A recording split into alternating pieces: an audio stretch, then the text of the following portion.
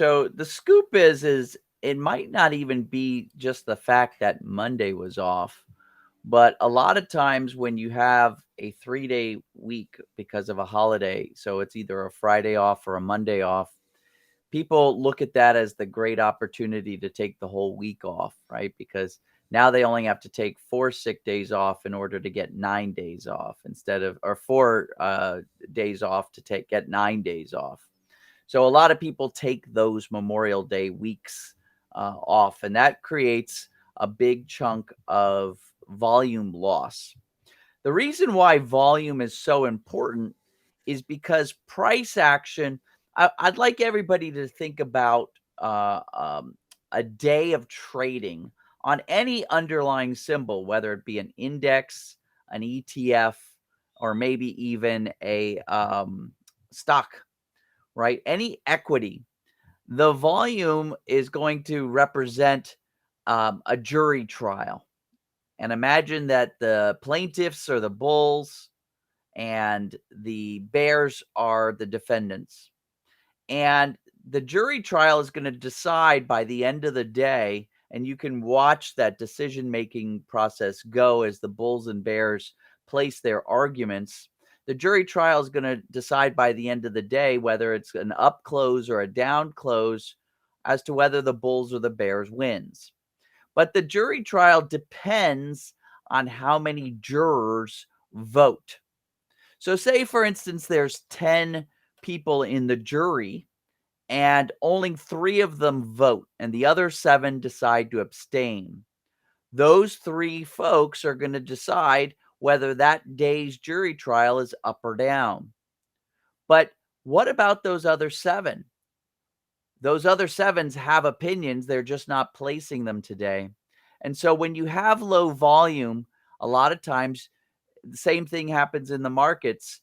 The market prices can move based on how many people are trading that day. And if folks are not trading that day, either because they've decided to wait and see, or because they're just not present, they're out on holiday, their votes aren't going to be counted. And so the people who are moving the price that day are the ones who are left over, the ones who are placing their votes, the ones who are buying or selling, the ones who are actually active that day.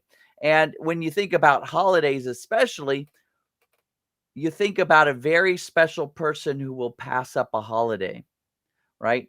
That would be kind of your more intense person, your more work-oriented person. They might have different beliefs about how things work, and they may buy when the rest of us would sell and vice versa.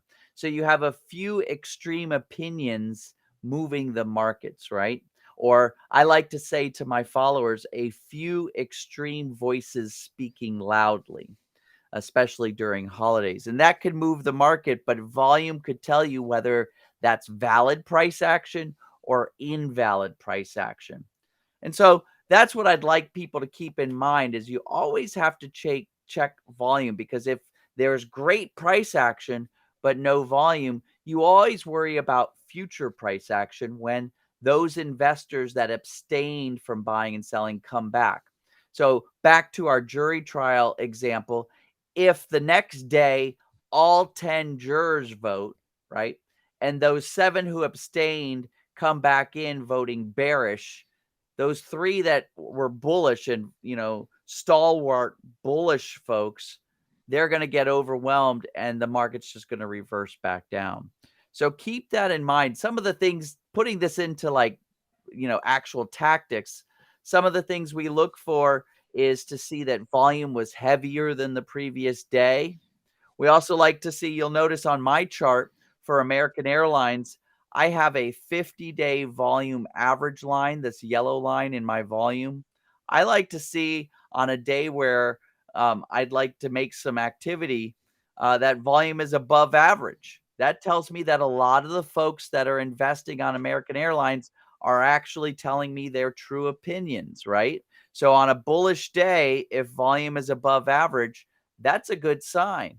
And finally, I like to see building volume. If I'm looking for a particular pattern, I'd like to see the volume building day after day, because that's telling me that more and more of our investors are believing in that pattern. And it really comes to fruition when you look at that red bar, right? Like that was obviously something was very negative, and I mean the volume there is like triple, and that it stayed at that level for a couple days. Hmm. Definitely looking for outliers like that. A follow up question: other than this, like daily volume and volume average, are there any other volume tools that are useful that maybe someone can utilize? Well, and it's not like this is not an unknown indicator, but these are kind of my secret weapons. When I'm actually looking to do some trading, I like to look at on balance volume. So a lot of times that's either I'm just pulling up. This is my Thinkorswim charting package that I'm showing here, but you can find on balance volume on anyone. So I'm going to add on balance volume. We'll take a look at that. We don't need to look at this guy right now, so I'll get rid of him. And the other one is the accumulation and distribution. So let's see, there it is, accumulation distribution, and you want to look at based on volume. So this is the indicator that looks at volume. So how do these two indicators work?